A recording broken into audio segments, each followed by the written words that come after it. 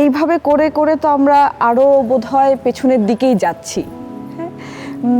সেখানে আমরা কিন্তু আমাদের অনেক সোনালী অতীত। আমি বলবো যে আমরা পেছনে যাচ্ছি না, আমি পেছনে বলছি হচ্ছে আমি পেছনে দেয়ালে পিঠ ঠেকার কথা বলছি আর কি। হ্যাঁ, ওই দিক থেকে বলছি।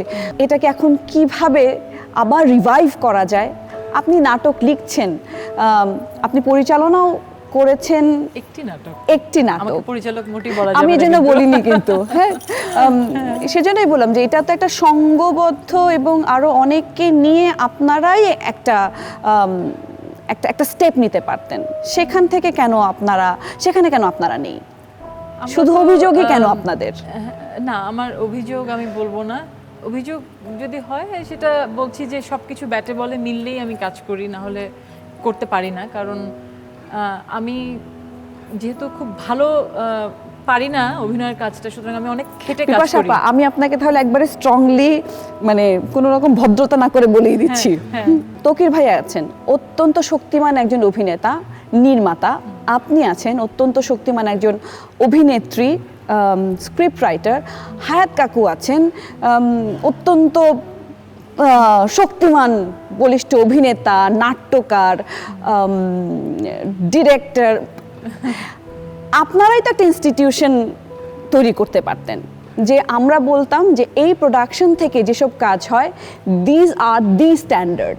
সত্যি কথা বলতে কি, আমার কেন যেন মনে হয় যে আমাদের দেশটি খুব ক্ষুদ্র এবং সেখানে আমরাও খুব ক্ষুদ্র গণ্ডির মধ্যে আবদ্ধ। আমি কি বলছি তোমার কাছে হয়তো গুরুত্বপূর্ণ, কিন্তু হয়তো এখানে অনেকে আছে যাদের কাছে গুরুত্বপূর্ণ না আমার কথা। কারণ তুমি যে বলছিলে না যে আপনি ইন্টারভিউ দিতে আসেন না, কারণ আমার প্রায় মনে হয় যে আসলে আমি কথাগুলো যে বলবো, আমার মনের কথা বলবো বা আমার কষ্টের কথা বলবো এই মিডিয়া নিয়ে বা আমার অভিনয়ের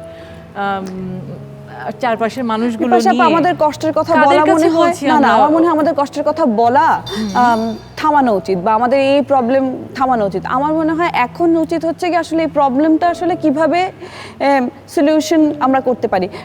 you are a very positive person, সুতরাং অপটিমিস্ট হওয়ার দৃষ্টিকোণ থেকে হচ্ছে যদি স্টেপগুলো নেওয়া হয় তাহলেও কি সম্ভব না? আপনি কিন্তু প্লিজ বি ফ্র্যাঙ্ক বিপাশা। না না, অফ কোর্স আমি এটাই বলছি যে আমি নাটক লিখছি না। আমি এখন লিখছি ঈদের সময় হয়তো দু একটা নাটক লিখেছি, কিন্তু কেন সারা বছর লিখছি না? কেন আমি কোনো সিরিয়াল লিখছি না? কারণ আমি তো ডিসকারেজড হয়েছি।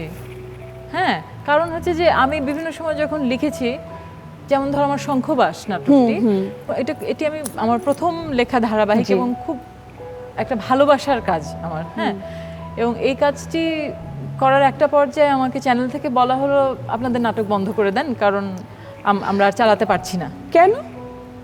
আমার এখনো আপনার শেষ দৃশ্য মনে আছে, এবং আমাকে এটা অনেকেই বলে যে শঙ্খবাসের কথা এখনো আমি শুনি। আমাকে সেদিন পীযূষদা বলছিলেন, তুমি কি জানো যে নিউ ইয়র্কে এটা মাঠের মধ্যে বড় প্রজেক্টরে চালানো হয়? তা আমি শুনে মনে হচ্ছে যে একটা মানুষ, আমি কাজ করছি, এই কাজের এত চমৎকার স্বীকৃতি আর কি হতে পারে না? এক্স্যাক্টলি। তো এই নাটকটিকে যেভাবে বন্ধ করা হয়েছিল আমি খুবই ব্যথিত হয়েছিলাম।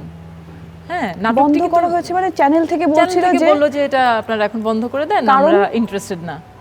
তার কারণ হচ্ছে যে আমাদের কাছে হয়তো, তুমি যেমন কঠিন প্রশ্ন করছো, আমি যদি কঠিন করে বলি যে আমরা হয়তো এমন ধরনের মানুষ যে আমাদের কাছ থেকে চাওয়া পাওয়ার কিছু নাই আসলে। আমরা শুধু আমাদের কাজটুকুই আমরা দিতে পারবো, আমরা এইটুকুই কন্ট্রিবিউট করতে পারবো এই সোসাইটিতে, বা আমাদের সীমিত মেধার মধ্যে ততটুকুই কন্ট্রিবিউট করতে পারবো যা আমরা জানি।